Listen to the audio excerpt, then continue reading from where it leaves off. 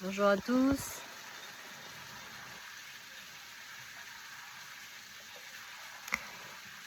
Aujourd'hui, j'ai l'élan de faire un partage sur les peintures d'être-té. Donc, c'est les peintures corporelles. J'ai un espace sacré de soins qui s'est proposé l'année dernière, qui s'appelle Révélation divine. C'est un espace sacré où en fait, je peins sur le corps de l'être qui a besoin de recevoir le soin. Et en fait, cette peinture vibratoire, corporelle, va activer certains champs d'énergie et de mise à jour dans les corps subtils énergétiques. Et va permettre de reconnecter une certaine dimension de l'être dans l'humain. On a œuvré la première séance, donc c'est ma séance d'essai avec une amie à moi. C'était vraiment très très puissant. Parce qu'en fait au début ça a commencé par j'ai commencé par peindre au niveau de son chakra racine, vraiment en bas de sa colonne vertébrale. Et en fait ça m'a connectée à la terre-mère Gaïa.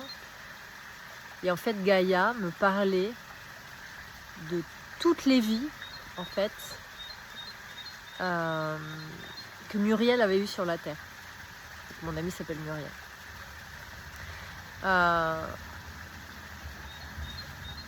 Et en fait, plus je peignais, et en fait, et plus elle me... J'étais comme connectée à toute cette grande bibliothèque. Alors, je ne sais pas si c'est la Kasha ou pas, ça, je ne sais pas, mais voilà, vraiment de tout ce qu'elle a vécu sur la Terre. Et elle me parlait d'elle comme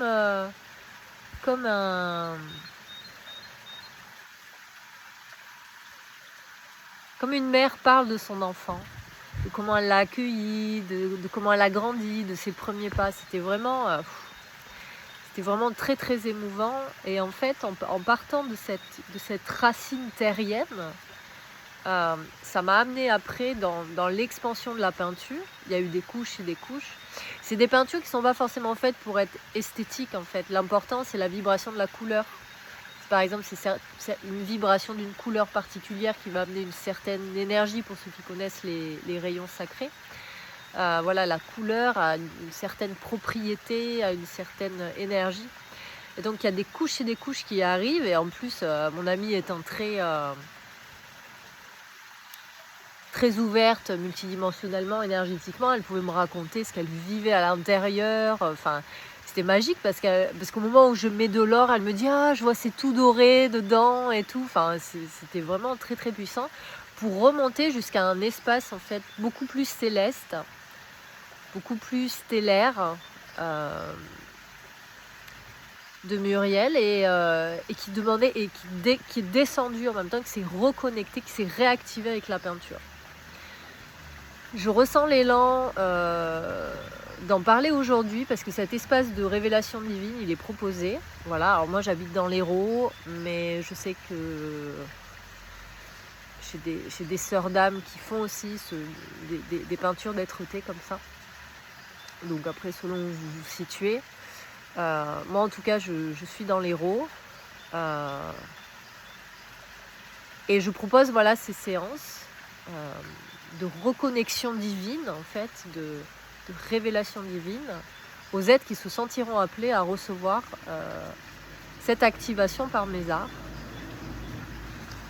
Et voilà, je sens que là, l'espace demande à ce que ces peintures médecines soient partagées, qu'on puisse partager ce que ça fait, ce que ça œuvre à l'intérieur de nous.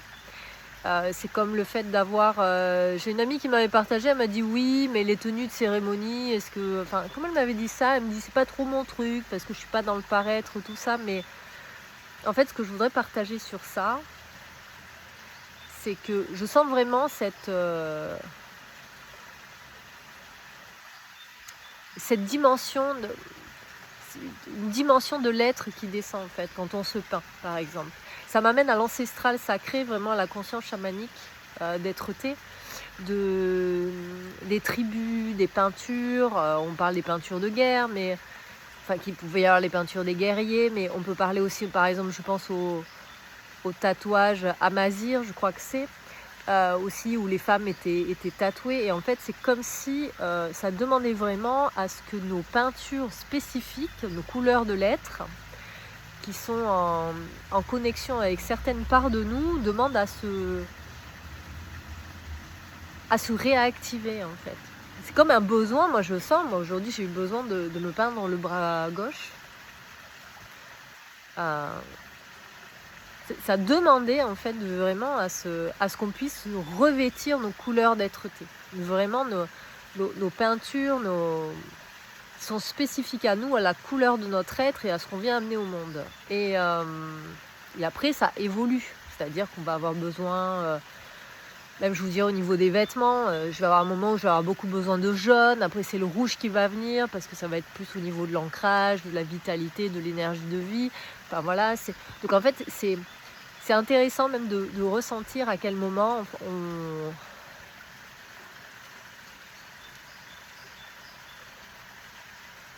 quelle est la couleur dont on a besoin en ce moment. Le matin quand on se lève, et ça ramène toujours à la conscience, ok aujourd'hui, quelle est la couleur qui demande à m'accompagner?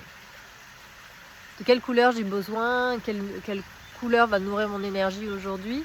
Et même la tenue de cérémonie, c'est quelque chose de, enfin voilà, où s'habiller, honorer ses vêtements, c'est au-delà de, c'est pas l'apparence de dire ouais on se la joue tribal ou chamanique ou on se la joue prêtresse. Il y a des gens qui sont dans ça, il y a des gens qui sont dans cette superficialité, mais il y a aussi le fait de revêtir un vêtement qui nous honore, qui honore notre divinité. Moi c'est ça que je ressens vraiment, je sens que un de mes objectifs, un de mes buts, de mes missions entre guillemets, de qu'est-ce que je viens amener au monde, c'est aider les êtres à reconnecter leur divinité. Une fois que la divinité est reconnectée, l'être il a plus besoin de personne en fait. Il a ses informations, il a son chemin. Mais je pense que les accompagnateurs de l'être, on est là vraiment pour aider à enlever ces couches, voilà, ces couches qui permettent à l'être de se reconnecter à son divin. Pour pouvoir vraiment réactiver l'humain divin. Je pense que c'est vraiment ce que l'humanité va vers, c'est vraiment, en tout cas pour ceux qui auront choisi ce chemin, de reconnecter l'humain divin. Et en honorant une tenue de cérémonie, c'est aussi, ou honorer un temps pour nous, pour se célébrer, nos unions invisibles aussi, je dirais, avec nos guides de lumière, avec nos esprits alliés, avec les consciences d'amour et de lumière qui nous accompagnent. C'est honorer, en fait, c'est s'honorer et honorer les êtres. Si tu as un rendez-vous avec quelqu'un, t'es content, d'être apprêté, que l'autre se soit aussi honoré ce moment, on se sent tous beaux, bien être ensemble, on se sent soi, quoi. C'est tellement... Je pense vraiment aujourd'hui qu'on a besoin d'être soi. On a besoin d'être nous, on a besoin d'être qui on est au fond. Et trouver qui on est au fond, c'est pas toujours simple. Et c'est pour ça que parfois on peut avoir besoin d'une certaine reconnexion d'être-té comme ça, que ce soit par des arts médecine de peinture corporelle, ou par des tableaux, ou par des objets sacrés, ou par des tenues de cérémonie, de tenues sacrées aussi qui nous honorent. Moi j'ai une amie qui disait, par exemple, elle disait les gens quand ils se déguisent, c'est comme s'ils devenaient une autre personne. Et c'est pas faux, c'est comme si ça portait la vibration de quelque chose. C'est pas faux. Quelque part, oui, on porte la vibration de quelque chose, d'une dimension en fait, d'un archétype peut-être qu'on a besoin de rayonner à ce moment-là. Voilà. Je pense que j'ai dit tout ce que j'avais besoin de partager. Donc voilà, les beaux jours arrivent. Et l'espace révélation divine est ouvert. Voilà, est ouvert à être. Et voilà, je serai ravie d'accompagner les êtres qui seront appelés par cet espace de reconnexion de l'âme de l'être. Je vous embrasse, à bientôt.